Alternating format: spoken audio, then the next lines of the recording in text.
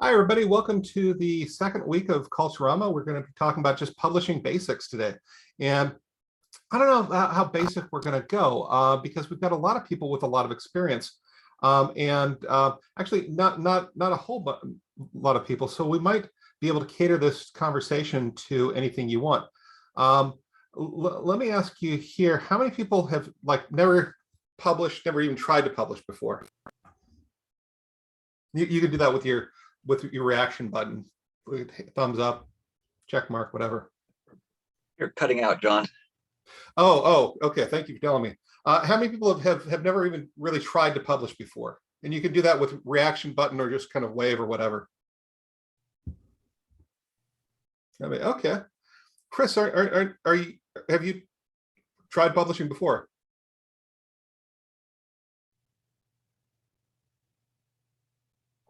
I think Chris might have stepped away. Oh no, not okay. So how many people feel that they're kind of new to the idea of publishing?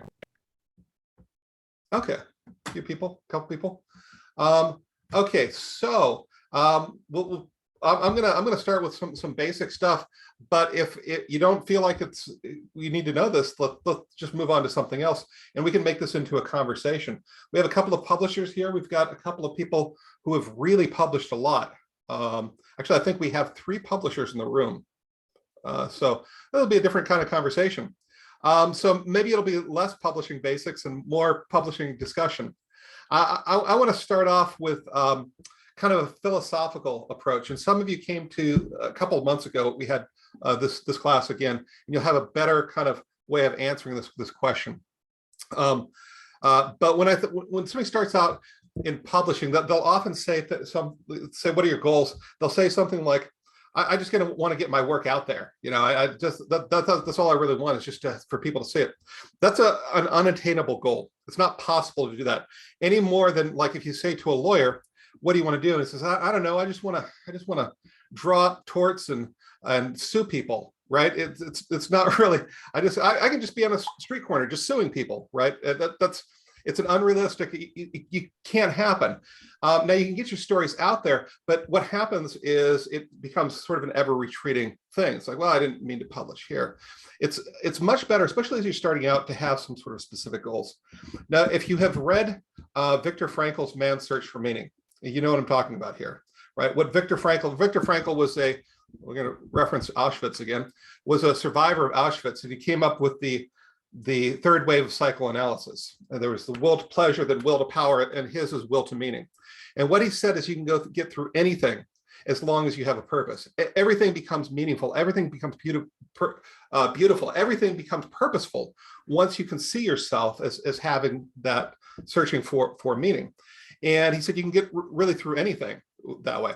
And he came up with this idea of psychoanalysis, and then he was brought into Auschwitz, and that's how he got through Auschwitz, was this philosophy called logotherapy. The idea, though, is that you're seeing yourself as part of something larger and having some kind of goal, and you always have to change what that goal is as your life change. If you obtain that goal, you instantly have to get another one. Otherwise, what happens is you start falling into depression, that sort of thing. Okay, so why am I saying this? Well, the more specific the goal, the better. Now, I think publishing is a wonderful thing. And the reason I think it is because the world is a really, really difficult and hard place. It's made less difficult and hard by reading other people's work, right? Those people who are suffering, feeling that they're alone, can see something that I have suffered with, right? Okay, I have lost some children. Right, and that's not an easy thing to deal with. Not after they were alive, but before. That's not an easy thing to deal with, and it's not talked about a lot too. I've lost out on adoption as well, which is also not an easy thing to talk about. Somebody else got the child, not me. But me putting it down, the next person doesn't feel so lonely, right? The next person feels like, okay, these things that I'm feeling, I'm not so incredibly isolated. And so this is why I think publication. Sometimes people say, well, don't worry about fame and fortune. Who cares about fame and fortune? What I care about is creating a spiritual person. I'm going to mute you there, Michelle. I'm worried about creating a spiritual awakening. That's what this is. Okay, so now when I think about this, and then I think about the goals in terms of Viktor Frankl, that this is something that's going to change. That can help to focus what I'm doing. What I want you to do is think about some sort of goal. It needs to be very specific and it needs to feel unrealistic, right? And so like in terms of your writing, you can do this for the rest of your life as well. But because writers don't think about who they are in the world, they just want to get stuff out, you can go down some bad paths with your publishing. So what do I mean by specific and unrealistic? Well, one of my goals used to be, I wanted to be the poet laureate of California, right? Okay, so it took me a while to figure out that's what I wanted. But what that does is it distinguishes what matters to me, what is absolutely vital to my life versus what's merely interesting. It keeps me from going down bad paths, because I have gone down bad paths. One bad path I went down is I finished most of a master's degree in history. And like, okay, that sounds like it's a really good thing. But the reason I was doing it was I was scared. And I wanted to have multiple degrees so that I could teach junior high school. I thought it'd be a really great way of being a junior high school. The thing I didn't ask myself is do I want to teach junior high school? Which was no, it just seemed safe, right? And so I wasted a lot of time and I became very frustrated studying this thing that I didn't actually want. It was interesting, but it wasn't necessary to my life, right? Okay, so what am I going to choose? So why is that poet laureate thing? Why was that so important to me? Well, a number of reasons. If I do all the things that I need to do to become a poet laureate, I have a satisfying life. What I liked was I like to write and I like to talk to people. I like to teach. Really like those two things, right? Should I have written a suspense novel? Like, no. That suspense novels are interesting to me, but they are not vital to me. And I did write a suspense novel and then spent a lot of time trying to promote that novel. And it did all right, but I didn't have any pleasure in it. Didn't fill me as I was doing that. So if you choose something like that, you can then, all the things that you need to get to. If I want to be poet laureate, what should I do first?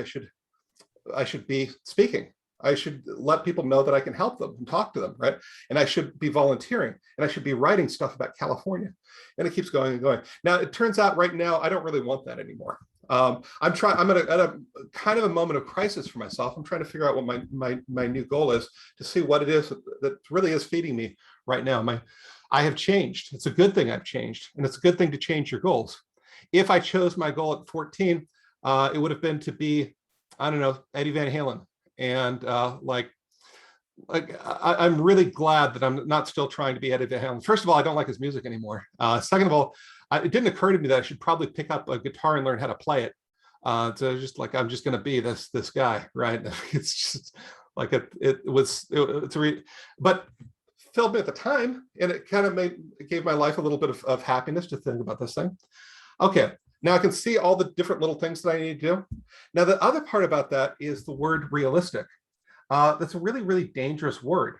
And the reason is what we think of as unrealistic has less to do with actually what is possible and more to do with the pain in our lives that we bring forward. I had a student come to me a couple of years ago and said, do you think it's realistic for me to be a writer?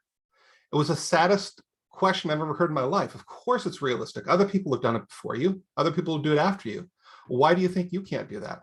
And right, and of course it was based on, he was feeling uncomfortable in school, and he felt like an outsider. He was first generation student. That's very typical kind of thought for a first generation student. It's like, I just don't feel like I belong here. I don't think I'm smart enough. I don't think I'm good enough, et cetera, et cetera. But of course he is, right? He just has to set those goals, just has to see himself for what he actually is. So I'm going to ask you to come up with these goals, but I'm not going to ask you to tell me them right now, because there's no way you figure this out in, an hour and a half. This is something that takes deep soul searching. There are people here who were here the last time I taught this. Have you thought of any goals for yourself? Have you thought of any unrealistic goals? I think Nina might have been there, and I think Connie might have been there. No? Okay. Anybody? Okay. All right. So think about these possibilities. And that's the first step, I think, for most people doing this, because you can get your stuff out there, you can publish the stuff, but it's still, it becomes self-defeating because you're thinking, well, I didn't really mean this. Of course you really did mean this, but you'll start to lose that. And you won't see that you're making progress as a writer and as a person. Okay. By the way, most people don't have goals like, I want to publish a Nobel-winning thing. Most people's goals are much simpler. I love what Dennis, you and Mark are doing, right? You're creating a poetic identity for the Pomona Valley, right? And as a Pomona Valley writer, it's like, that's where I should be going. I should be going to with Bamboo Dart Press, right? This is what I should be doing. I want to get my books into certain people's hands. And I know, Connie, too, you're creating sort of a liter identity for your part of Alaska. And so that it moves the way you publish, the way you think. And I think that's great. I think most people are more interested in being local writers than not. But there's nothing wrong with being that kind of writer who publishes, fantasy novel with Tor and whatever. I'm not saying it's a bad thing. I'm just saying really identify what it is that moves you and go toward that. Okay, so that is a general. I'm going to go through some nuts and bolts type of things as we go through this. And the publishers, if you want to jump in and add something, that's great. So let's first start with what's called the query letter. And the query letter is, or the cover letter, I should say. Let's go through publishing a story and or some poems first in a magazine. So the first thing you're gonna have is cover letter. Often this cover letter isn't used anymore because of Submittable, but it will be kind of broken up. If you're sending through email, you'll still use this letter. And it should be formal. This is if you're coming at a publisher cold, this is a business letter, and you should treat people respectfully as business people, right? And that means you're going to start in a business structure. I always put my name and address and email, and then single space, then the extra space, have the date, and then their name and address. If you don't have a specific editor, like they just don't list it, you just write attention fiction editor or whatever. Then another space, dear whoever, right? If the person is a woman, only refer to that person as Miss. I've seen people, MS.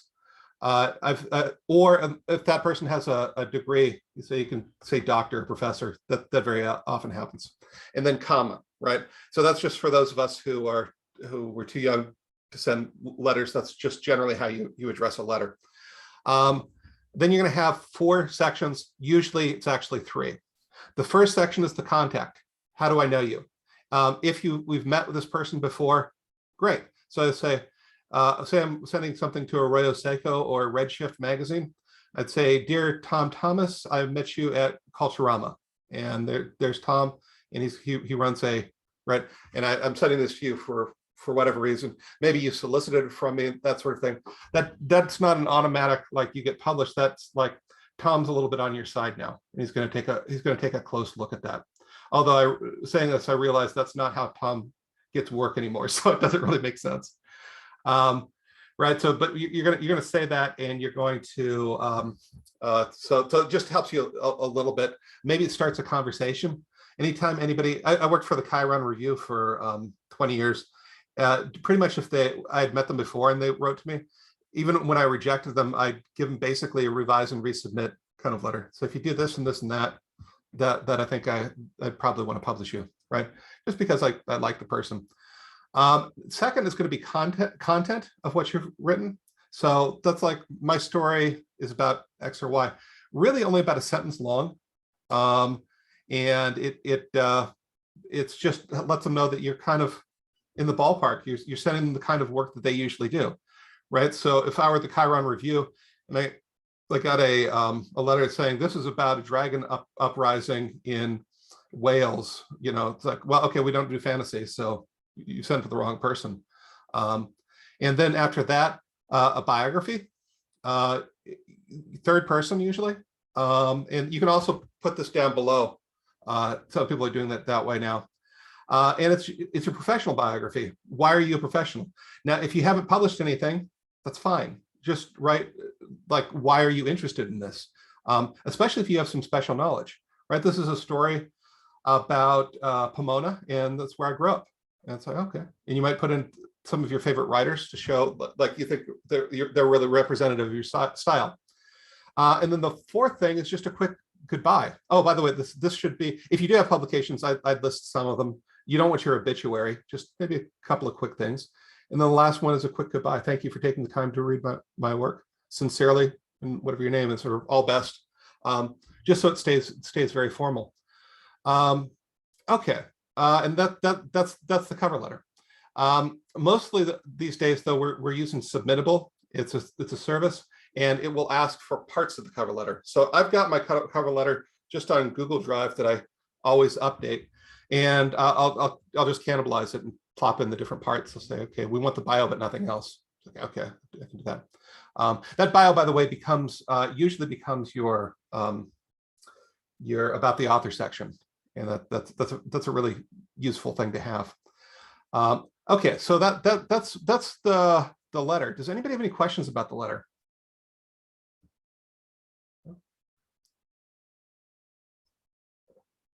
Okay, it's always strange to know on Zoom if people have questions, because you get all these blank screens. It's like, wait for a moment to see if anybody types. Yeah.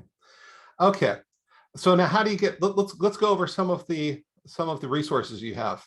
I just mentioned one, which is Submittable, and Submittable is something that all writers have to have. It's free to the writer, and it's just an easy way for publishers to have work submitted. If you've got a Facebook account or a Google account, you already automatically have an account. I always do it through my Facebook, so it's just very easy to sign up. You don't have to go anywhere to do anything. It's just when you start to submit things, they'll say you need to do this in Submittable, and then either fill out a profile or click on your Facebook account, and it'll do it automatically. It's a really great resource. I'm going to bring it up here in a number of ways. Even people who've been using it for a long time don't realize some of the things that it has. Okay, so here's my Submittable account, and I just click on with Facebook.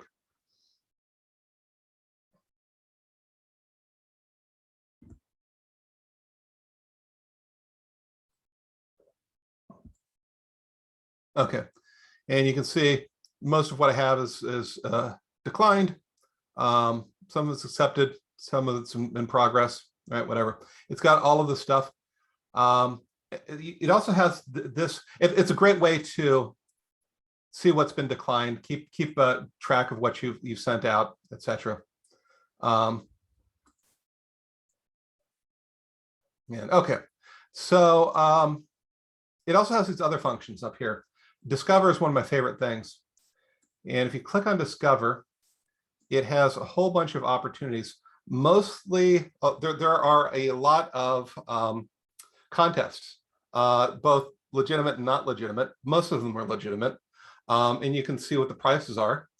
These are pretty good prices. That's not bad, and it's done chronologically. So I'm not going to really send anything out to any of these, because this one, for example, ends in an hour, and I'm not going to have the time to send anything. But the farther you go, the more it comes out. You can see how much there is out there. These are people who are out there and say, you know, we really need some more work. Would you please send it to us? So it's a great resource. It's really a wonderful thing. Okay, so that's Submittable. I'd have that one, and this is completely free to you. Oh, some of them will ask for a payment. And the reason they do that is because for them, Submittable costs something, and it should usually be about what you would have paid for postage, right? So $3.50 to send a story out and have them send it back. Yeah, that's about right. That's okay. Is Discover tied to what you have submitted at all? Yes, I use Discover. Oh, I see what you're saying. You mean, do they create a computer algorithm? Is that the question? Yeah, no, it's just what they put on that day. So everybody sees the same thing. And the result of that is everything I just scrolled through. I don't think I got beyond 8 hours, right? So if you really want something that's a few months ahead of time, you've got to scroll to that. And so it takes a little bit of scrolling. But yeah, and I've submitted through Submittable a lot of the time. Did I answer your question, Nancy? Okay, good. Okay, so the other resource I'm going to show you is something called Duotrope, and very, very useful. Having trouble typing. But not everybody's going to want this. It's $5 a month, or $50 for the year. And so if you don't want that expense, it's okay. You all have met Lloyd. Lloyd is my partner in running all of these programs. I need to check up with him, but he used to just go for 2 months a year and save up all the submissions for those 2 months when we were off campus anyway, and he could have some time. And so it was for him, Submittable was $10. Okay, so this is I'm going to log in here, and I'm on a different computer. I'm sorry about this.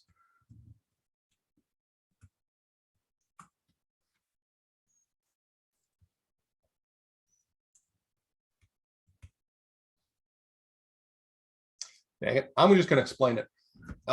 It's what Writer's Market used to be, or tried to be, and never really was. Writer's Market was a big book. I think they're still in business, actually. Really big, thick book. And I don't like it because they have so many categories in there that they can't really fully delve into any one category. And they give you a thumbnail description. So I got Writer's Market when I was 18 years old, and I started sending off to places, and having no real sense, just making sure that my politics were the same as theirs. So I saw one that was gay friendly, and I said, "Oh, I'm gay friendly too." It had all this list of things that I liked, and it was called the NAMBLA Journal. And I sent off to the NAMBLA Journal, and the NAMBLA Journal is a pedophile magazine. But there's no images; it's just argument. So they're perfectly legal, but it's like, that's why I don't like Writer's Market, because you don't really get a sense of this thing. What Duotrope does is it gives you really basically a big links page, and almost every publisher is on there.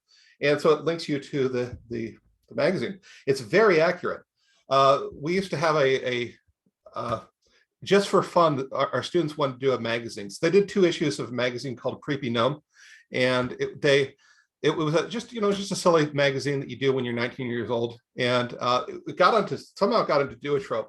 And then, like, those students graduated because we're just a 2-year program, and they were out, and we didn't do anymore. And so I looked up on Creepy Gnome, and it said, we think this was kind of a project just done for fun by community college students who have since graduated and is no longer really functioning. It's like, I didn't tell them that.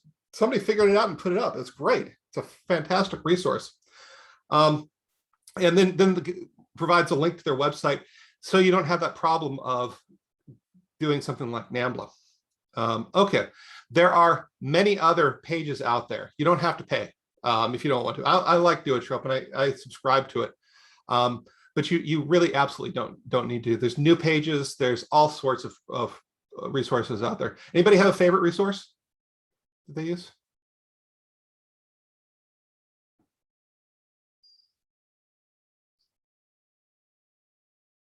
Yeah, and please put the links in the chat too. Oh yeah, you're telling me to do that. Absolutely.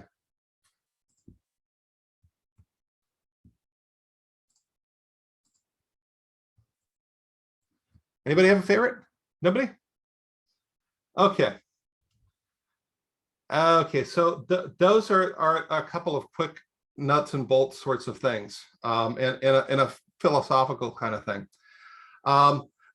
If you're going to then try to publish with a book publishing company, if you want to get a full collection done, there's a couple of ways to approach this. First of all, as everyone says, always read the guidelines. And that's for magazines as well. Always read the guidelines. Always know the kinds of things that they're interested in publishing. Now, I like to read, and I think probably you do too. I like to read a lot. And so I'm pretty well aware of the online magazines out there. So I always read whatever they have, but I've probably already read the magazine before, right? So I have a sense of what they're doing. As you're going through, you want to take a look at the magazine, the book publisher, to get a sense of who they are. But people take this too far. And what they do is, you start to read the poetry on the thing. After about, I don't know, couple of minutes of reading, you're no longer wondering if you're right for the magazine. You're going through your self-doubt, and people will spend hours looking at these magazines. Is this poem perfectly right for them? Like, don't do that. Decide in a minute or two at the most, right? It's like, yeah, I'm kind of in the ballpark. I'll send it to them. The worst that they'll say is no. But as long as you're not sending something really, really inappropriate, that it's fine. They give them the chance to take a look at what you're doing. That's one thing people do. People are also really terrified of rejection. I would, and rejection sucks. Rejection really, really sucks. But understand that it's not you being rejected. It's not even your work being rejected sometimes, right? I have a couple of ways of dealing with this rejection. The first is to explain what rejection means. So I worked at the Chiron Review, and a lot of people love that magazine. So they still do. It's still going. People just absolutely adore that magazine. So they send a lot of, we tend to get a lot of work. So at various times he's published different, the editor-in-chief, he's published different numbers of issues in a year. Right now he's doing one issue a year. And what that means is it's not that thick, it's like that. Usually the choices have been made by January 30th, right? The vast majority of the reasons that we rejected is there just wasn't any more room in the magazine. We didn't even look at it, because we'd send it back and say, I'm sorry, we've chosen everything we're going to choose this year. That's the biggest reason for magazines to reject your work. If you get a rejection that's kind of angry, I personally like those, and it's because I know I've not made the person feel something, right? That's probably a really good piece. It was wrong for them, but it's a good piece. So if you think about that, and I know, Connie, you reject people all the time. What is usually the reason? Well, certainly one of the reasons is they submit something to me that's inappropriate for a publisher in Alaska to do. I had somebody recently, his goal was to be a New York Times bestseller for a Christmas book for kids. Well, that's not me. I'm the wrong person to ask for that. You don't go to a small publisher in Alaska to be on the New York Times best-selling list with a Christmas book. Yeah, would you even do a Christmas book? Pardon? Would you do a Christmas book? Would that part be? That part would be okay. I mean, as long as there was some tie. If it was a kid's book, I probably wouldn't do an adult Christmas book unless I really had a tie to Alaska. But I'd do a kid's Christmas book. Yeah. So But not if the goal is to be the New York Times bestseller, because I know I couldn't achieve that for him, and that's just a recipe for disaster. yeah, people make fun of all these publishers who rejected Harry Potter. It's like, you shouldn't make fun of that. That's the best thing that they could have done for him. Like, if you send a Connie Harry Potter, she might like it, and also know that she'd really be a roadblock to the success, right? Like, thank you for rejecting the. When I've always grateful when somebody rejects me for that kind of reason. It's like, I'm just wrong for this, right? And I always tell them why. That this isn't a book. In fact, one of the ones I just didn't exactly reject, but I certainly told him, don't send it to me. He'd written a book about Nightingale, the famous nurse. Well, I'm not in a position to do any good for him promoting that. And I suggested he take it to some university presses that have medical divisions. Somebody like that could do something with that book, but a small publisher in Alaska can't do anything with that book, really. Yeah, absolutely. So yeah, so that's that's one of the reasons not to fear rejection. But if you're really worried about this, I would now that I'm gonna really offend the publishers in the room. I'd send a magazine a story I knew that was absolutely wrong for them. Right? Send a spy story to Highlights magazine. You know it's going to be rejected. All right. So it's great. And then that sting is gone. It's like, oh, that wasn't a big deal. I've been through a lot worse than this. It's like when I'm helping people learn to read in public, I'll read a poem and have them boo me. It's like, okay, that's the worst. That's the absolute worst that could happen. And it's not a big deal, right? This fear that we have is the reality is a lot less worse than it is. Sometimes you will get somebody who angrily responds to you. As I said, it's not a big deal. Sometimes they are just having a tough day themselves, and right, we can have compassion for that as well. But I think like the spiritual pursuit of the writer is similar to the spiritual pursuit of the publisher. They're trying to do something. And Dennis, I described what you're trying to do before, but I probably didn't get it exactly right. What is your mission as a publisher? Well, unlike Connie, I came to publishing late. I worked at a record store, general manager of a record store for 30 years and ran a record label for 30 years. And on the opposite side of that, I got my start in the music side by writing a letter to somebody whose music really moved me and should not, by all rights, have let me put out a release by that person. And it happened. They gave me the release and it blossomed into this local community. The record label, like the publishing side, is local. We put out writers from outside of Southern California, but not too many. And part of that is the community of it, probably similar to Connie in a way. But we're trying to put out as many great books as we can. And these small chapbooks, they're 60 pages, poetry or short stories, fiction, photography, to allow the writer to sell those books. So it isn't a matter of what can I do to promote it. It's a huge lie in the publishing world and the music world. I've hired publicists. I paid thousands of dollars for publicists. I've done it myself.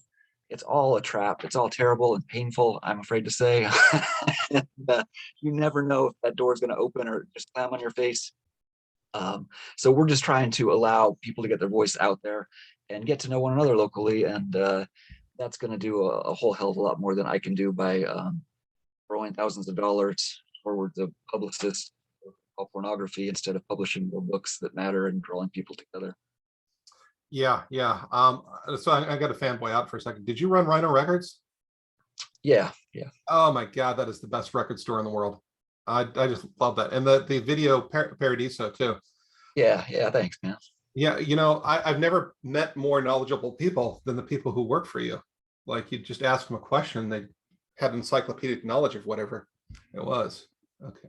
So anyway, yeah. So I had a publishing company for about five years, and our worst published book sold 0 copies, which means the person's family didn't even buy a copy. The guy's mom didn't buy a copy. Now we set up all bunch of publicity, but he was so nervous he'd show up and he'd just be a jerk to everybody. Like it was just came from a place of nervousness, and like it was bad. I really liked the guy too, but you can't do that. It's as Dennis said, it's almost entirely up to the writer at this point. He can set you up for readings or can set you up for any kind of promotion possibly, but when the person's going to sell the book is you, right? In your personality. He'd written a book about bullying. So he got into a radio program. The guy said, okay, can you tell us something about bullying? He said, no, I want to talk about my book. It's like, right. I mean, it was a fiction story, bullying, but the guy wanted to engage him in a nonfiction way. And so it was really bad. I hope he's taken the books that he had and he's able to promote them by himself, because he was having a hard time there for a while. So yeah, okay. Okay, so let me ask you at this point, what kind of questions do you have about publishing your work? I have one. Yeah. So I am just getting started. I just got my first poem accepted recently. And I'm trying to, thank you. And I'm trying to figure out how, like, which publications I should be submitting to. And kind of one thing I keep thinking is, will I be wasting poems? Like, how high should I aim? And I'm just trying to figure out what slice is the right slice of, if that makes sense, of places to submit to, so that I'm not submitting to places that might just accept me easily, but maybe it's not moving me along that goal like you're talking about. Yeah, so sometimes I like to talk about publishing in terms of tier 1, tier 2, tier 3. I don't think that's a good way of thinking about it. I think a good way of thinking about it is what are these publishers attempting to do, and how does that align with my own values and goals, right? I don't know a single publisher out there is just like, I don't really care. Anything comes in, I'm going to put it up. Like, what difference does it make? You know, they're all passionate about what they're doing. So how are you related to Rooney? Oh, it's actually, we're not technically related at all. It's just my ex of a very long time. We're essentially like, we're just like family because we've known each other forever. But Okay, I love okay. her. She's amazing. So I was going to say, I was wondering if you were Sri Lankan, but probably not. Nope. Well, what she's done is she has keyed in, because she's Sri Lankan American, and there are a lot of people who are that, and very little representation. So her goal right now is to reach out to a lot of those people. So does that mean the New Yorker? Probably not. You know, probably she wants to get the people where they're actually reading work and looking for this kind of work. So rather than thinking of it like, is my work good enough? And by the way, it is, right? I'm sure you can revise, I'm sure there's ways to improve. That's true of everybody. But it is good enough, right? You've got a vision, you're trying to say something, and then trying to get in the hands of those people who are also trying to say that thing. So yeah, I mean, a lot of it's going to be rejection. Like I get, like, for every 3 things I send out, I might publish 1, right? Because it's just that it's out there. There's any number of reasons, but you can lower that, and by sending it to the magazines, you know, who are interested in your vision. I don't know what your vision is. What do you generally write about? Well, a whole bunch of stuff. I think that's, I'm new enough to it that I'm kind of all over the place right now, but I would say San Diego, where I live, I'm really passionate about the place itself. And then I love food, but I'm also an activist on my own in racial justice. So racial justice and voting rights. So sometimes stuff veers into that. So I think I'm still honing in on what exactly, like what you're talking about with goals, trying to figure out what my goal is. Is it a local place-based thing? Is it a topical thing? And yeah. So there was a poet named Steve Cowett, and he's passed away. And you know Steve. Just from knowing about that prize, the Steve Cowett prize for yeah. So he ran a magazine down in San Diego for a long time. Send to that magazine, right? That's one. That's the one I just got into, the San Diego Poetry Annual. Yeah. That's fantastic. So that's great. And I'm psyched about that. And I think I want to keep going in that direction. But yeah, and so what you're doing is you're targeting there. That was brilliant. You have a vision, you have something to say, and they also have the same thing to say, right? It's working synergistically. And okay, so there are any number of places to do political stuff.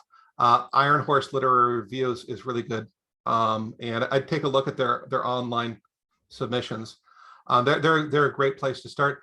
But some of this, as you said, it's going to be rejected. You just keep sending out. Look for the term simultaneous submission, and that's who I send to. And then I keep track very, very closely of where it's been accepted and where it has not been accepted. I tend, when I'm not working like I'm working now, I try to send out at least 10 pieces a week. But you know, I've been writing since the dawn of time, so I've got a lot of stuff that's sitting there.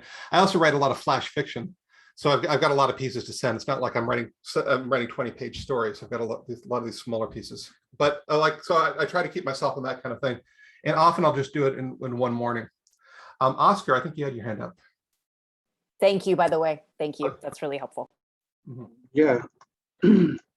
Thank you for sharing, Carly. I don't know if you were done yet. I'm always interested in possibly putting out stuff that I have, but I think right now what I'm doing is I'm even though I'm coming back into writing, I'm doing a lot of poetry pieces too.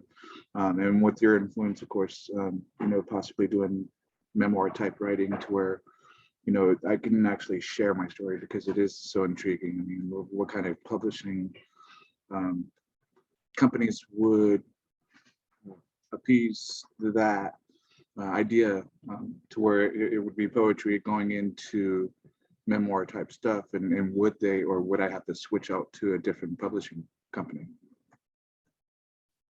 Yeah. So memoir pieces. I'm not sure exactly. I understand the question. Memoir different than poetry. Is that what you're saying? Well, no, because of the fact that I'm starting with poetry right now, like, can I just attach myself to one publishing company to where they can just be like, okay, well, if you're going to do poetry, then going into memoirs, we'll be okay, unless I need to find another publishing company that specifically works only in memoirs and not poetry. There are a lot of places. There are a lot of publishers that do both, and it's okay as long as they specialize in both. We had people from Red Hen Press this morning. That's a place that does both and does it really, really well. And so it's going to be a big question about, what is you're trying to do? Who are these things?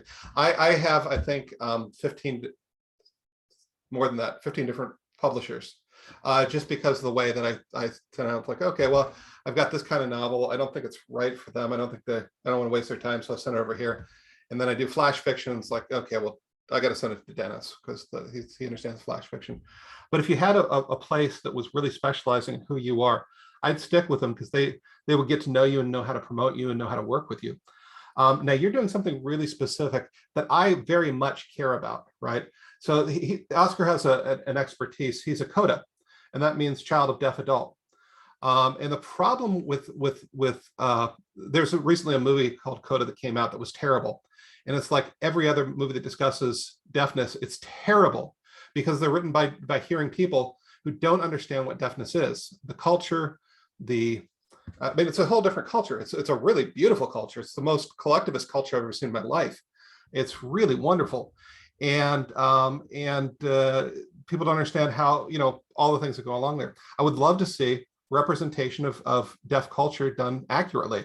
And I think that means by CODAs and by deaf people. Not by somebody who is kind of halfway interested in it. And you've got all of these bad. I think there's a belief amongst hearing people that all deaf people can read lips accurately and perfectly, right? And they just kind of wander around and say, "Yeah, I got that. Hey, you got that." It's like it's really hurt the deaf community. Okay, so you've got this thing. There's probably a publisher out there who also has that interest, and that's who you want to go for. As much as possible.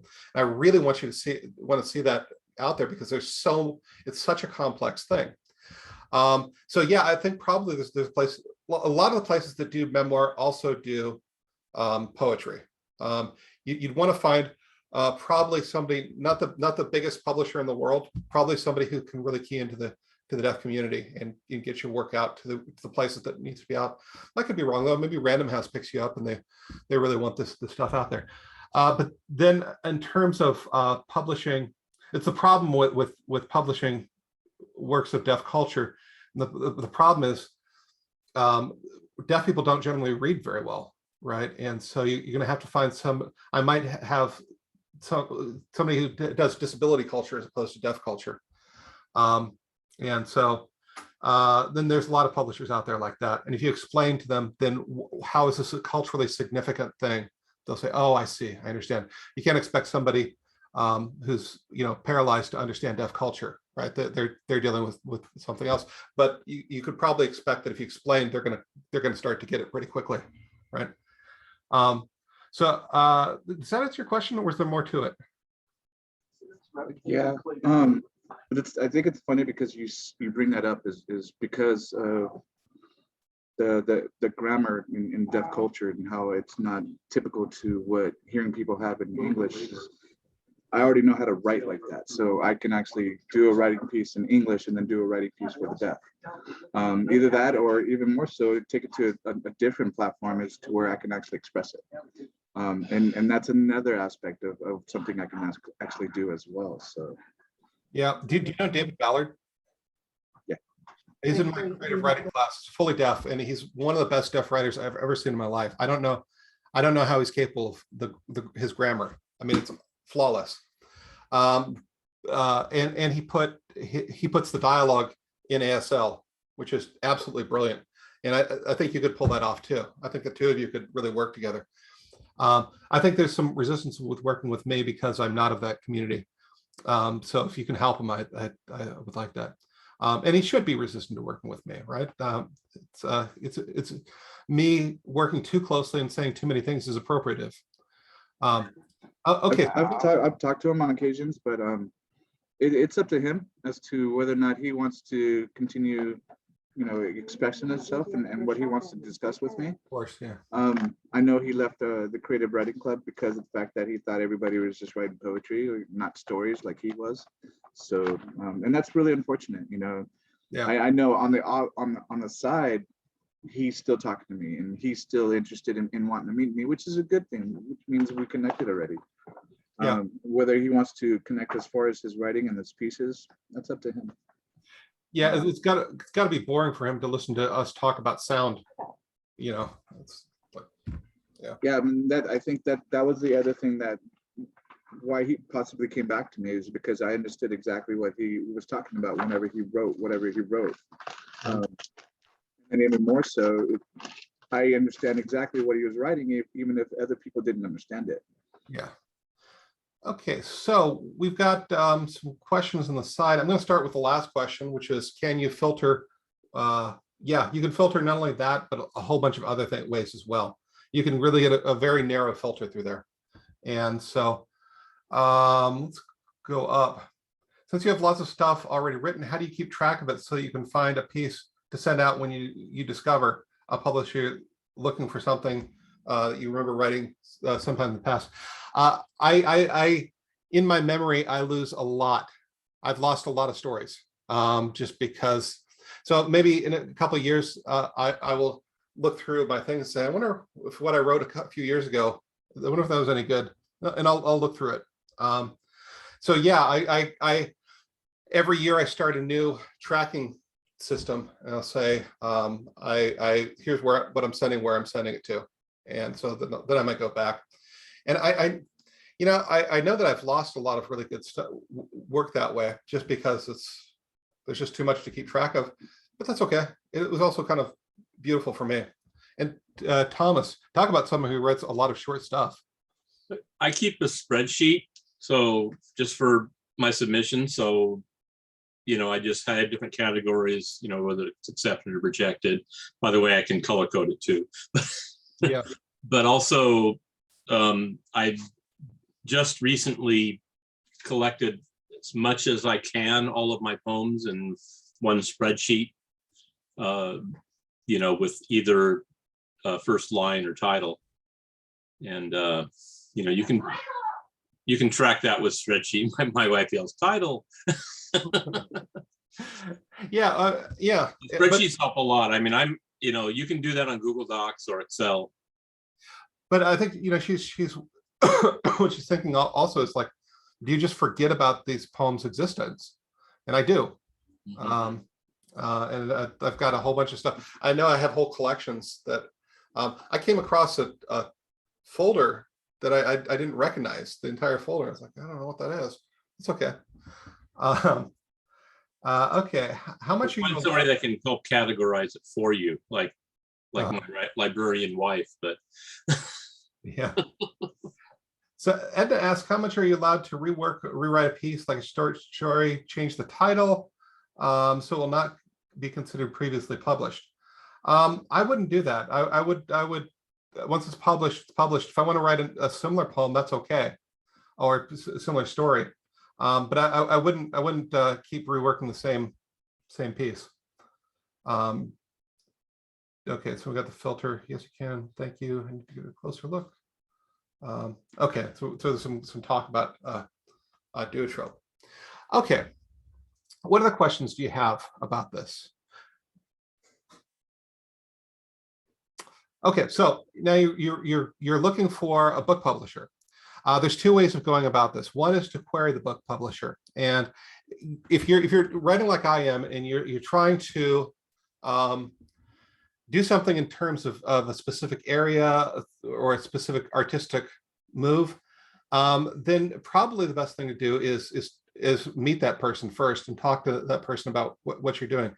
So I've had basically two literary places in my life. The first is Long Beach. The second is the Pomona Valley.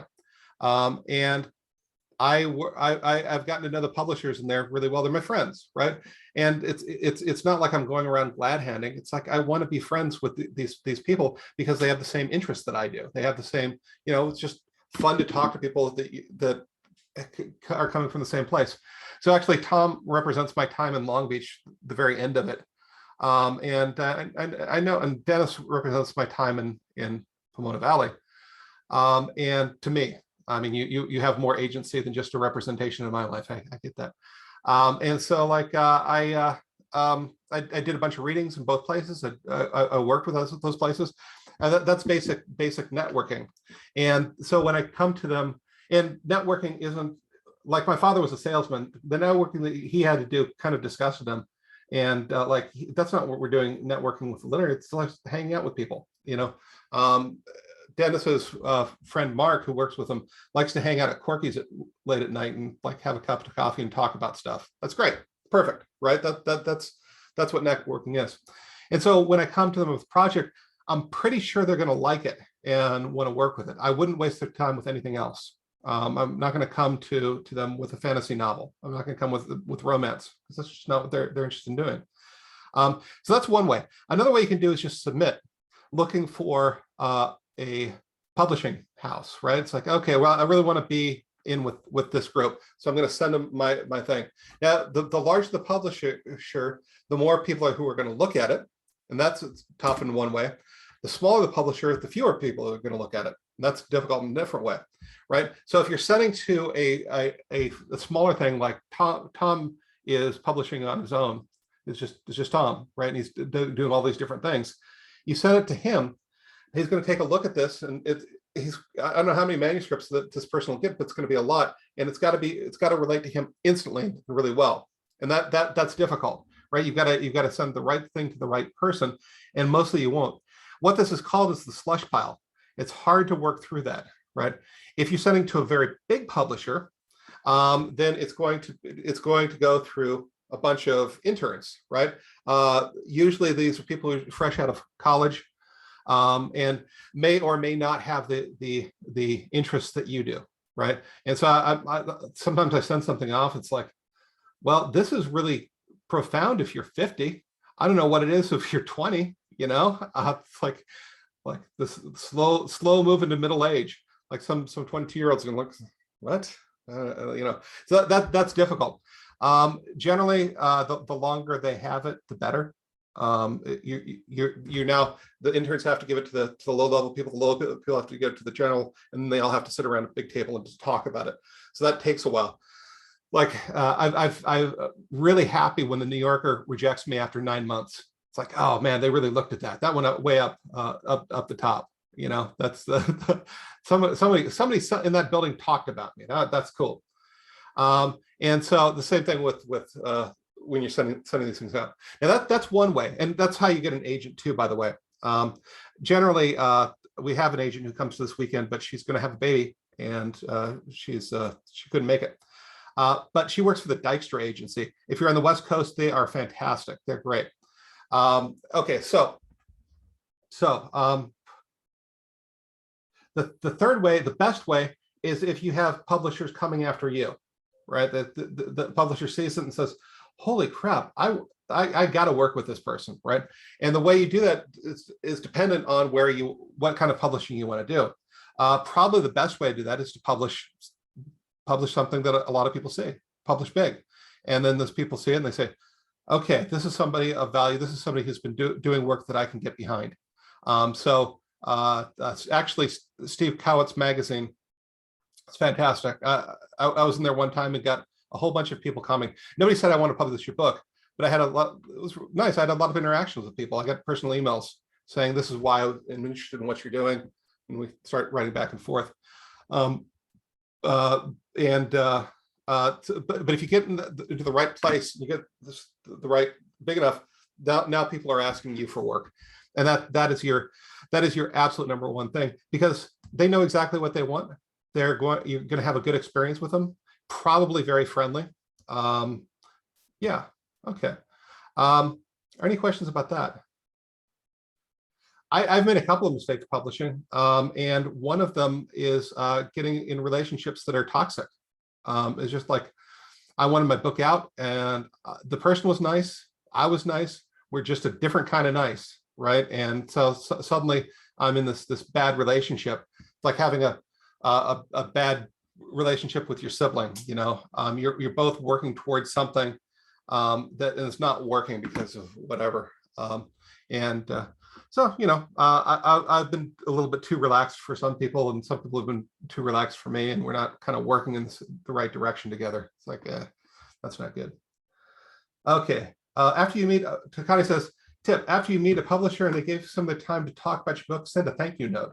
Don't just disappear with zero follow-up. Even if nothing comes out of this meeting, you want the publisher to have a good memory of you. You might want them to look at something else in the future. Yeah, absolutely, Connie. And I'd say like a thank you note for that reason, but also because thank you notes are nice, right? And it's just absolutely. And the publishing world is really small, like especially in a region we all kind of know each other.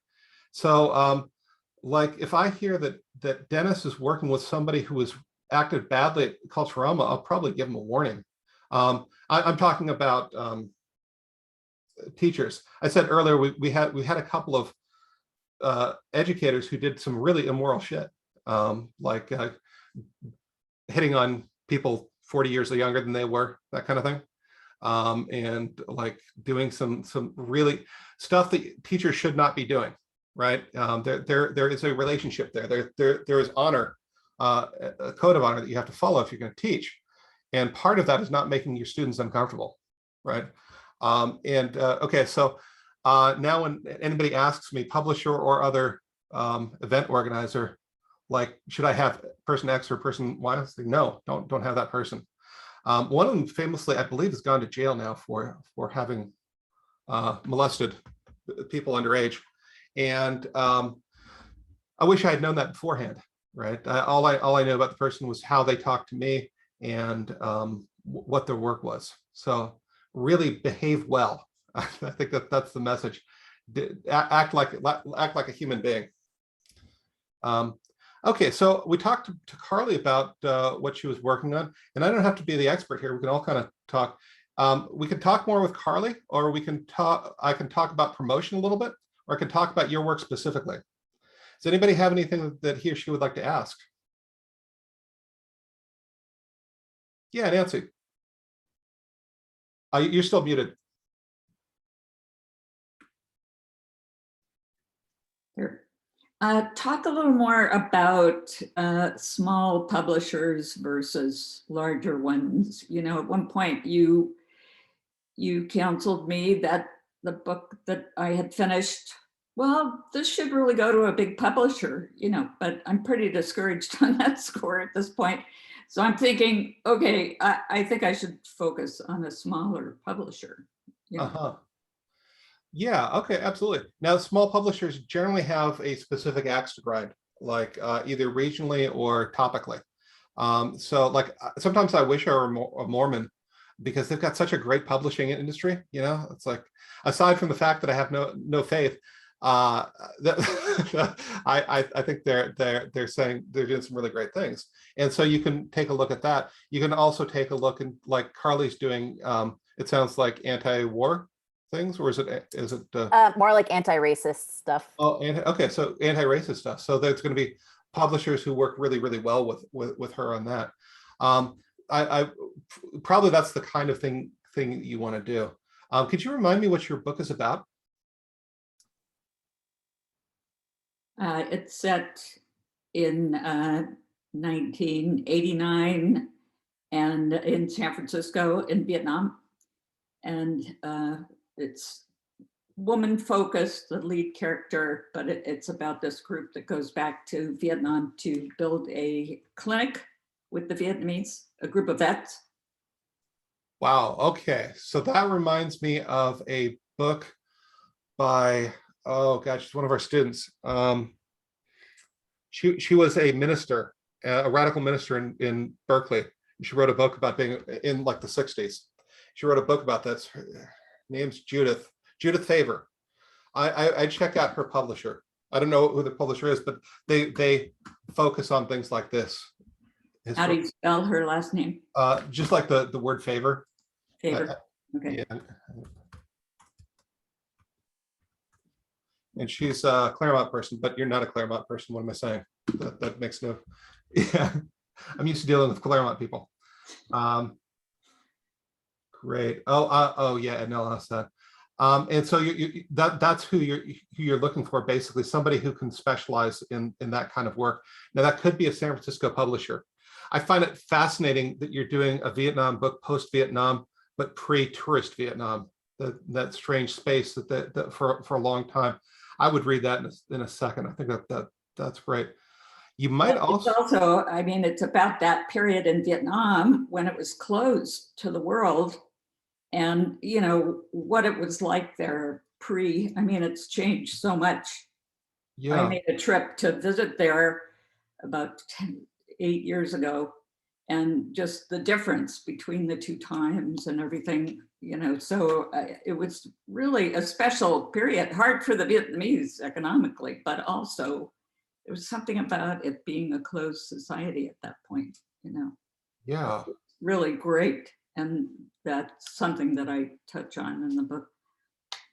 I don't think anybody's going to have the author integrity that you have about that place if you were able to get in there and see it during that time. That's so maybe also like Connie suggested for the other person, a university publisher might be good. Somebody who's doing something interesting with history.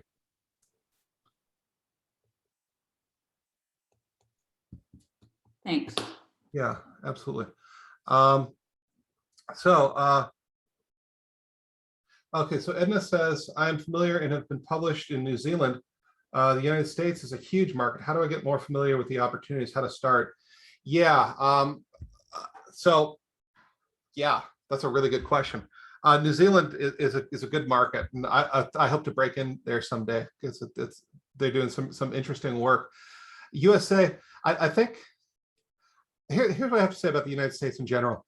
It's not a single culture. It's maybe 7, 8 geographical regions and then a whole bunch of subcultures in there. But I can also say that I do pretty well in England because England is interested in California. And if I'm saying something that steps out of stereotype for California, because I don't live in the place of stereotype, right? Everyone thinks that California is all Marina Del Rey or Huntington Beach, right? And so, like the other week, Anders said he had to write a poem about a celebrity. He said, "I'm not like you. I can't just walk down to the mall and see Tom Cruise." And I'm like, Anders, that's so sweet. Like that's not where I live. And so if I will take those things and I'll send them someplace that's outside of. Oh, really? That's funny. I live in the Inland Empire, which is, well, Inland Empire adjacent. So I'll send those places someplace different. Now, if you've got pieces that are specifically New Zealand, I think that becomes much easier because people are in the United States are interested in New Zealand, especially sadly since the Lord of the Rings movies. We all suddenly wanted to know, and the Hercules TV show from the 90s. We all wanted to know about that. But I think that New Zealand is just an interesting place. So if you've got stuff like that, especially that distinguishes it from, then there's a lot of opportunities. I would probably find a place that you think you would fit in. Like, I don't do well in London, but I do really well in the Midlands. I don't know. And it's because, I don't know, I'm just not a London guy. You know, like my ideas are like different than their ideas. And so I'm targeting places that I like. So if you can think of that demographically, where to go to, that's, I don't know where to send you because I don't know your work well enough. But my guess is probably not New York. Probably you'd want to focus on concepts that you're interested in. What do you generally write about, Edna? I'll wait for you to type. It's okay.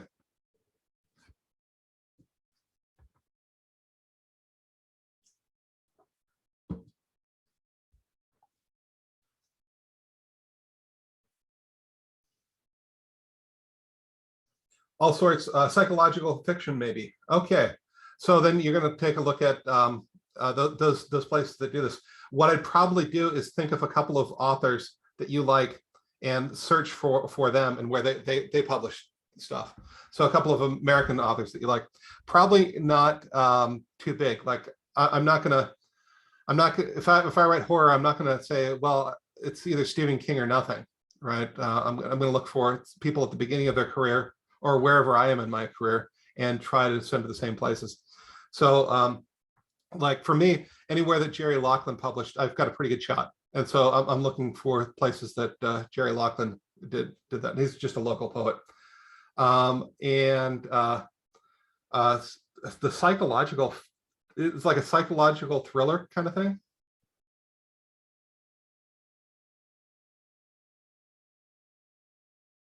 Oh, okay. Oh, like deep psych looks into people's psyche. Oh, relationships. Okay. Okay. So yeah. So then what kind of writer are you looking for?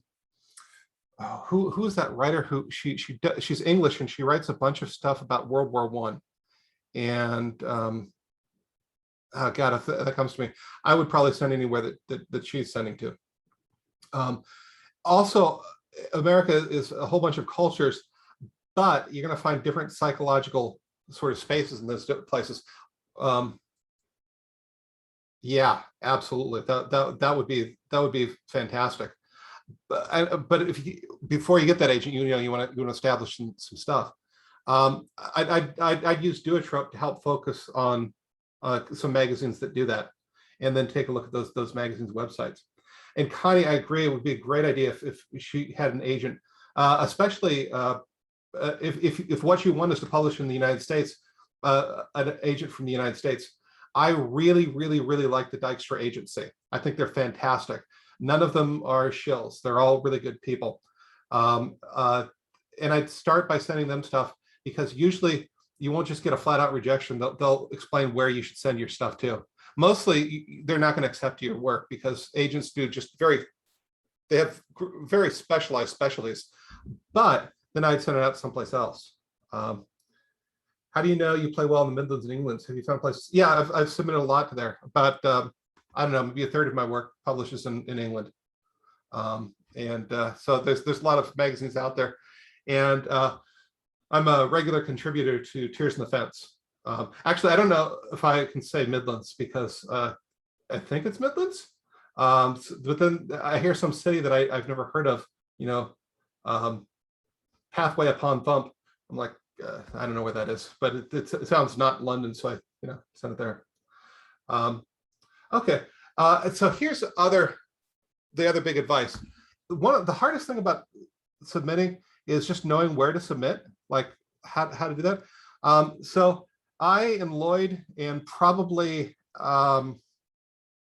Robert Peluso at Mount Sac, happy to look at your work and tell you where we think you should send it.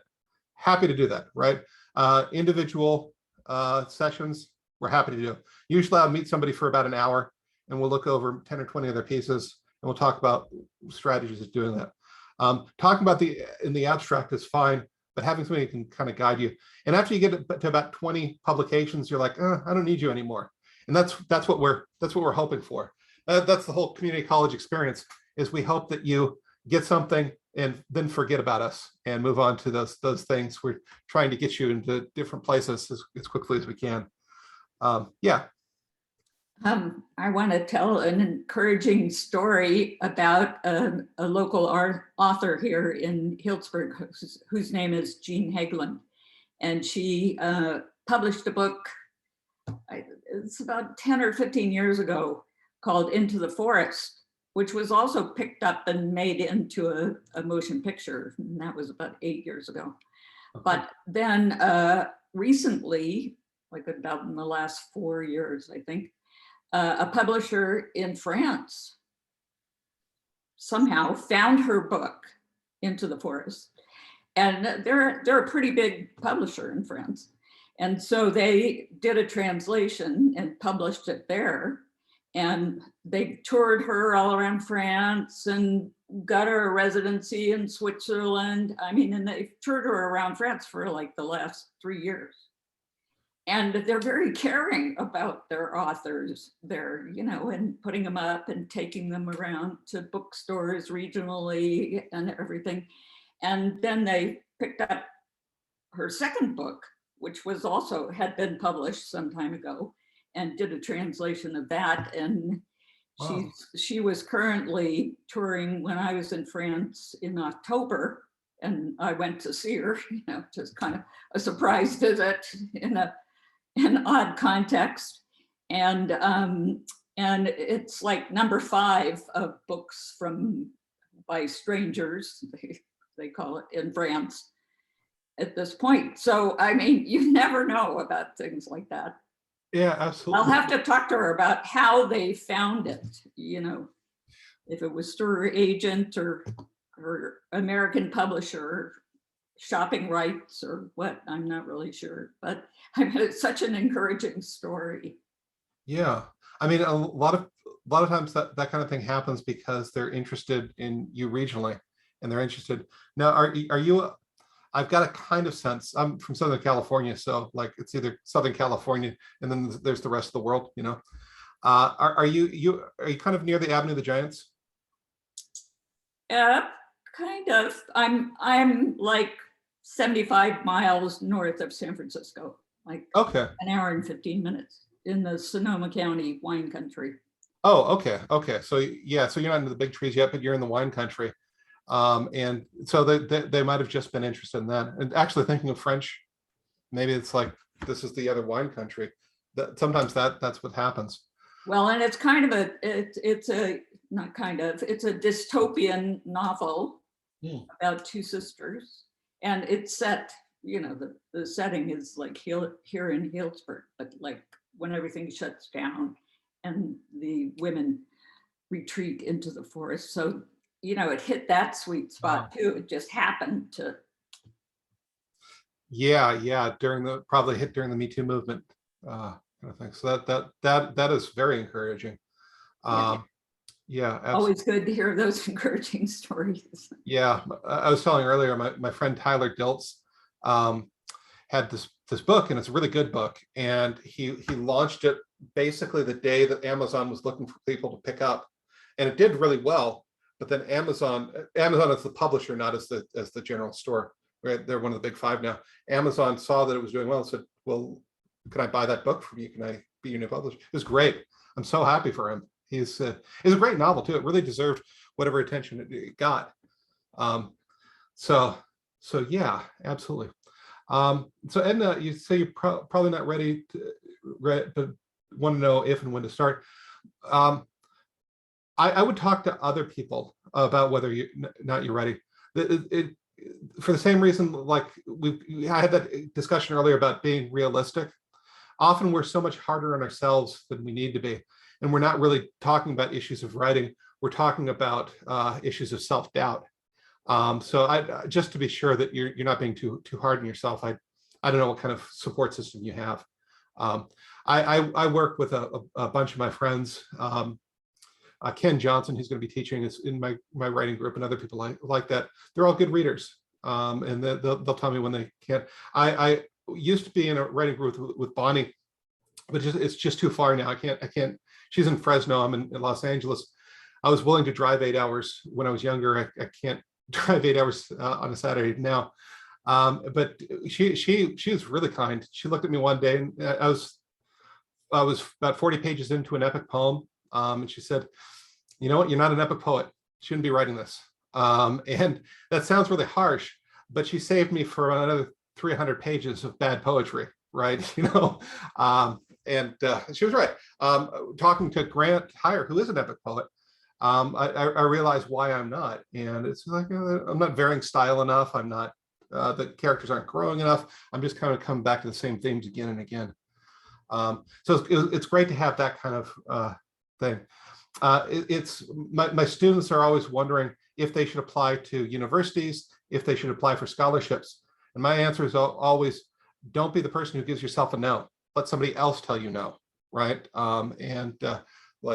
So yeah, you're probably ready. Just where to know where to send it. And so if you'd like to set up a meeting with me, I'm happy to take a look at your work and talk to you about it. Great, fantastic. Okay, got some more minutes here. What other questions do you have? Chris, you probably have questions I haven't even thought of because I haven't been 20 for a long time. You're muted, I can't hear you. Basically everything you've mentioned and then other poets have mentioned, basically you just answered them all. And then I think the one that was my personal favorite was the rejection one, because like you mentioned that rejection, it could be good, it could be bad, but I mostly take rejection as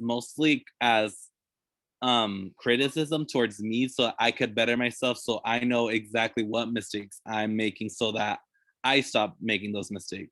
So that's why I prefer criticism. Like I love criticism. That's why sometimes when I'm doing my own work or when I have someone like read it, I'm just like, criticize it, go for it. Like you're not offending me, you're making me better. You're telling me exactly what I need to fix and what I need to work on so that I can impress you when I'm done with it. And they're like, hey, this is the criticism that you gave me is basically what I applied to this, and this is what came out of it. And it turns out to be a great piece of work. And they're shocked. They're like, wow, this came out of you. I was like, no, this came out of you. I just wrote it. You just told me what I needed it to fix. That's great. Fantastic. Okay, yeah. So absolutely. I hope you start sending your stuff out, right? Okay, so let's think a little bit about promotion. How do you promote your work once you get that? It's a little bit odd to do because the world changes and promotion is going to change with it, and it's different for everyone. I think basically, however, what you want to be sure is whatever you're doing, you have to enjoy doing that thing, right? So for example, if I get on Twitter, I'm not going to do Twitter well because I don't like being on Twitter. I don't know why I don't like Twitter. I do like Facebook. I enjoy being on Facebook. I can crack wise. I can say stupid things. I'm probably the only person who will say that out loud because it's become very fashionable to say that you don't like Facebook. I like it. It's like I can connect with my friends. It's easy for me to use. So years ago, somebody told me I should get on Twitter, and I am actually literally on Twitter. I almost never post. They said you should be posting a lot. I said, why? I said, well, that's where all the kids are. Okay, so first of all, that's creepy as hell. And then second of all, like kids aren't going to be interested in what I have to write. I don't think. Like I can't imagine some 12-year-old. Wonder what life looks like as you approach the end. Well, like some like if there's a 12-year-old who's interested in that, he needs help. Yeah, okay. So doing those things that you like, there are a number of things that you can do. Okay, one is being on social media. Great, that's fantastic. If you want to do that, if you enjoy doing that, that's great. The second one is blogs, although they're becoming less fashionable now. I will say this though, if you're going to do a blog or a podcast or anything like that, it should not be about being a writer. We've got enough of those out there and they don't attract anybody. Now, if I'm looking for a blog about being a writer, I'm going to take a look at, I don't know, who's somebody that I really love reading. Stephen King. He's kind of like the one everybody goes to always because everybody knows he does really well. But like Stephen King could write about being a writer. Also, he's just such a sweet guy. I want to read about his life. If I'm going to do a blog, though, I'm going to do one that nobody else can do, and that's going to make people interested. So I was trying to lose weight a few years ago, and I realized that at the time I was the exact weight of Nero Wolfe. And I don't know if you know who Nero Wolfe is. He's a famously fat detective from the 50s. And he's writing these gourmet things. And so I started listening to books on tape as I was jogging, and they were all Nero Wolfe books. And that was what my blog was about. The process of trying to lose weight while listening to a famously fat detective talk about eating. And so it was funny. It was good. My favorite one was there was somebody at Nyla who she killed animals ethically. And she wanted to eat meat, but she didn't want the animals to suffer. So she raised them and she killed them. And I don't know if she went through with it, but she said she was going to start a blog called Only One Bad Day. And it was, about how you treat the animals, and they're happy and they have only one bad day. It's the last day. That kind of thing is the kind of, if you're going to do it, and it should probably in some way butt up against what you're doing. So I did a podcast for a little while as I was writing about art in the Inland Empire, and I did it about art in the Inland Empire because nobody else was doing that. So okay, I got bored with the podcast, so we stopped doing it. But that's the kind of thing. If you're going to do blogs, much better, however, to if you want a lot of eyes on your stuff, to write for somebody else's blog, because once I don't know if you've ever started a blog, but like 3 months in, you realize that it's just so much work. I mean, it's a lot, and you want some content. So yeah, it is. Now, Edna, that might be a really good way for you to break into the American market, taking a look at things you can write about for American blogs, American online magazines. One thing that I do that I absolutely love doing is I write a lot of book reviews. I tried to do 50 book reviews this year. That's almost one a week. I failed in that, but so far I've written something like 40. So that's a lot. There's no way I'm going to hit the 50. But I love doing it because it's good literary citizenship. It's fun for me. I like reading deeply. And last thing in the world is it helps to promote my books too, right? I've got all these people who now, when my book comes out, they're excited because I wrote them a review. I don't write bad reviews. I mean, I don't write negative reviews. If I see a book that I don't like, I won't review it. And the reason I don't do that is, it's been a lot. It's been a lot of fun too. The reason I don't write negative reviews is because I don't like Harry Potter and I don't like Moby Dick, and I acknowledge that both of them are works of genius. I don't want to put a nail in somebody's coffin. Like what's the use of that, especially when I'm probably wrong, or at least I'm wrong a lot of the time. I understand the reason that I don't like books is they're not written for me, and that's okay. There are other people in this world who want to read different things than I do. Like, okay, I have not been to NetGalley. What is NetGalley? You've never heard of NetGalley? I've never been on it. I don't know what it is. Okay, it's a service where you can put a book up available for reviews. Huh. For example, I've got a book up there now. The book will come out in December, but I can, for example, send a notice to somebody who reviews books and say, all you need to do to see the book is get a free account at NetGalley and you can review it there, or read it. You can read it there and review it if you want to. Huh. Oh, that's great. So, and the publisher pays the fee, so it would be free to you. I've already paid the publisher's fee to have my book on there for 3 months. Oh, I see. That's really great. I was about to advise against it, but you just proved to me that it's a really good thing. The reason I avoid some places just because there's so many trolls out there. Like I would never put my stuff up free on a magazine, up on a site and say, everybody review this, because there's a lot of people who are just trolls. But it seems like that filters out that kind of nonsense. Right. It resolves it. It's set up for publishers so that when my book archives, no one will have access to it. So for example, if you go there and download it and read it in this January, when my 3 months is up, your copy is going to disappear. Oh, that's great. You don't get a free copy. You just get access to my book. I think that's great, and it's a really good. I like doing the book review mostly. My favorite part about it is I get to read deeply. Like the stuff that I read in college and high school, I've memorized large chunks of it, and I realized a couple of years ago I wasn't memorizing anymore. I mean, it wasn't affecting me at that level. So I gave myself a little work project, and now I do. Right, I'm really looking into that stuff, and I can reel off lines and passages and that sort of thing. Yeah, absolutely. that sounds like a great service. If you come across a book that you think that I would be good at reviewing, that'd be great. I mostly do poetry and flash fiction. So like a cookbook of Alaskan foods, I don't know what I'd say. The book I have there now is a memoir of growing up in a small town in northern British Columbia. Oh, wow. Okay, that's of interest to me. Okay, Yeah. I'll send you a link. Can you send me a link in mid-December? It's up there now. Oh, okay. No, it's like my work doesn't slow down till yeah. Yeah, that's why I didn't hit 50. So okay. So what are the sorts of things for publicity? Mostly what I'm going to say is do those things that you enjoy doing, reach those people that you want to reach. That's going to be your best publicity ever. Right. So if I am, I'm going to be talking on Thursday in Sequoia and Kings Canyon National Park via Zoom. So I'm not actually there. And the reason is because that's what I write about. And I like those people and I can speak their language and I like hearing about them. None of the rest of them are poets and they kind of wonder why anybody would ever do poetry. But like one of my good friends up there is the botanist for the park. Like, it's really interesting to hear that guy talk. Like his specialty are meat-eating plants.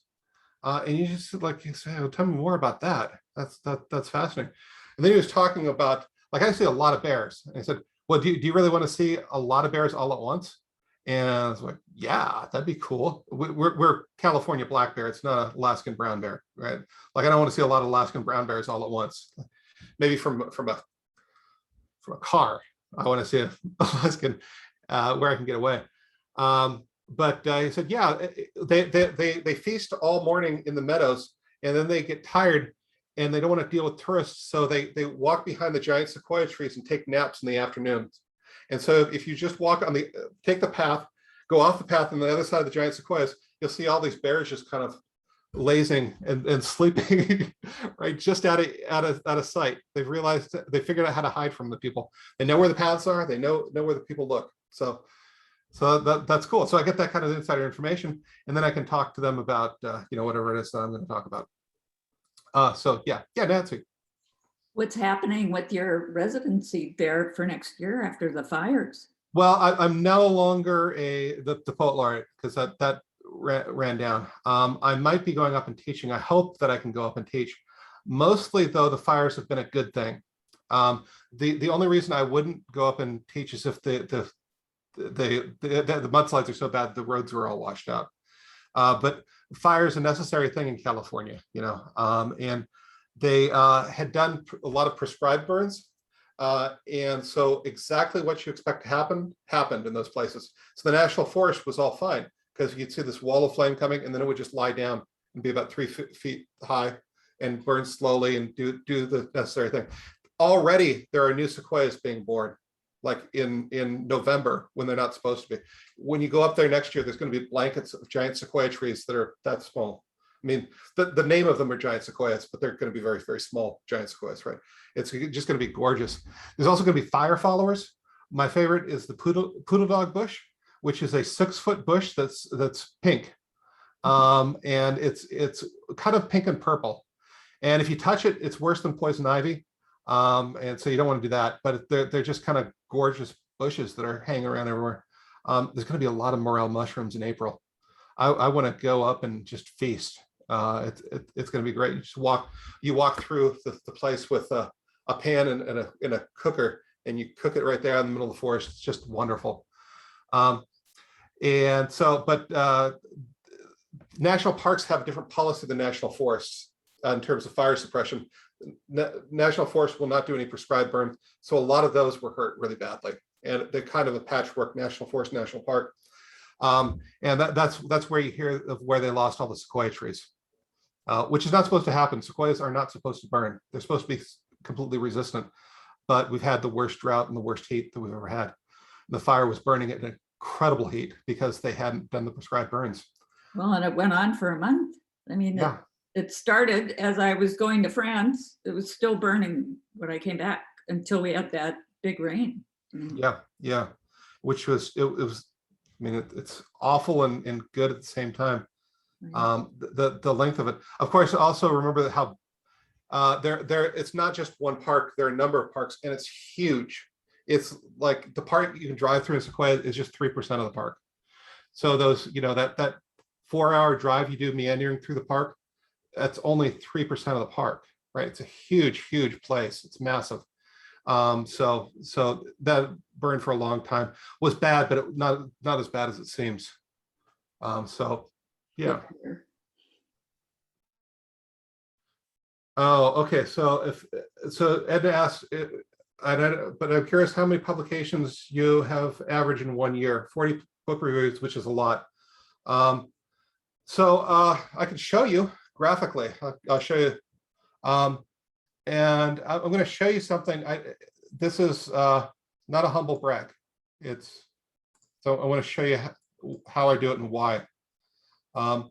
So my time to send stuff out was January to April this year, and I haven't sent anything out significantly since then.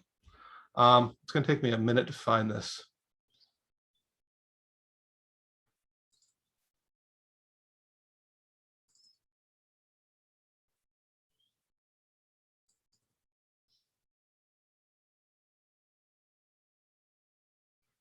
Okay, so I'm going to show you something. If the way you should approach sending submissions out is, yes, you do research thoroughly, but anything beyond 2 minutes of questioning, you're now just beating yourself up, right? You don't want to do that, right? You just want to send stuff out. So I can send stuff out pretty quickly. I can send, for a while I was doing 10 a day, right? Normal times I like to do 10 a week. So this is my submissions folder, what I submitted to where. And black means it's still being considered. Red means it's been rejected, or cross through also means it's been rejected from that place. And blue means publication. So each one of these is a story. There's no fiction. I'm sorry, there's no poetry. There's no nonfiction here. So see this, these are the blue ones.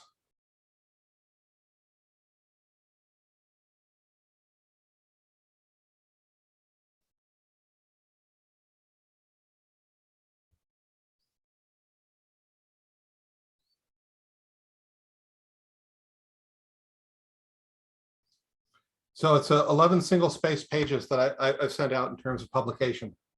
And you can see that there's a lot of there. I had a really creepy high school teacher who I went to an all boys school, and he taught us about dating. And he said the creepiest thing I've ever heard of in my life. He said, it's just a numbers game. You just keep asking and asking as many people as you want. And, suddenly, some of them are going to fall for it. Well, okay, so for like dating, that's maybe creepy ass advice. But for publication, like, that's kind of it. So you can see there's a whole bunch of rejection there. There's acceptance too, right? It's not a big deal. And that's just what I did in 4 months, and I haven't done anything since because I just haven't had the time. Yeah, that's how you do it. It's just a whole bunch of me sitting down and sending stuff out. I usually, the way I approach it is I will sit down looking for magazines that are right for me. And when I get to 10 or 15, I will then start sending stuff out. And the sending stuff out takes me, I don't know, an hour maybe, because I've already set this up. And so as I'm going around my daily reading, I pick it up. Oh, yes, that's called simultaneous submission. And you send it, when you're sending poetry, at least in the United States, you usually do bundles of 3 to 5 poems. So you send them your 3, and I make sure that they allow simultaneous submission because I submit so much. And so if one accepts, then I immediately send a letter to the other 2. Yeah, that's so Connie earlier asked me if I forget some of my publications. Yeah, I do. It's like I forget where I sent, not where I sent, because I've got that written down, right? That's the point of that whole list. Tom's a smart computer guy, so he has spreadsheets and stuff. I don't know how to do spreadsheets. I just have a big list, alphabetized.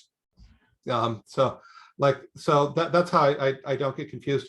And sometimes something slips through the crack, but I try not to, because that's a waste of that publisher's time. It's horrible, right? And I don't want to do that to somebody. But I will get confused as to what I've written. It's like, didn't I have a Halloween story or something that I could send these people? Then I'll talk to my wife, and she sometimes knows, but yeah. And I have an equal amount of poetry and an equal amount of book reviews. Although the book reviews could pretty much always go, because I'm writing for specific magazines and they ask me to write those. The publishers contact you to reject something, or do they just never get back to you? The annoying ones never get back to you. And so there are some that will say, we don't bother telling you. If it's been 3 months, just forget it. But that's pretty far and few and far between. Mostly they'll contact you with a nice rejection. And we should talk about the different rejections. There's just the flat out, no, thank you. They do it in a polite way, but it's really a no, thank you. There is no, thank you, but please send us more stuff. That's real. Send them more stuff, right? That's not just a form letter. Then there's somebody who's talking to you about what it is that you could have changed. Often that's really a revise and resubmit letter. And so what I didn't say is, they can't say, I will publish you if you change these things, because that becomes legally binding. And maybe you don't do it, but often you will like, what I'll do is, if I change those things, would you mind taking a look at it again? And they'll say either yes or no, and that'll be good. I as an editor one time, I sent one of those letters, and the guy had like a 7-page story, and 5 pages of it was a single math problem. And like the math was just driving me crazy. I said, could you I understand it's important. Could you shrink that? And he sent again the same story with no changes. And I said, oh, I still want to see those changes. And he sent it again with no changes. And then without me asking, he sent it again and again. I don't know what his point was. He was angry with me, I think. But I've seen his work other places, and I really like it. I don't know, I wish he just said, no, I'd prefer not to change it. Why don't you take a look at this story? That would be great. I probably would have picked that up, because I really like his work. I think he was just kind of an angry guy. We're in an angry mood. So, okay, we got enough time for maybe another question.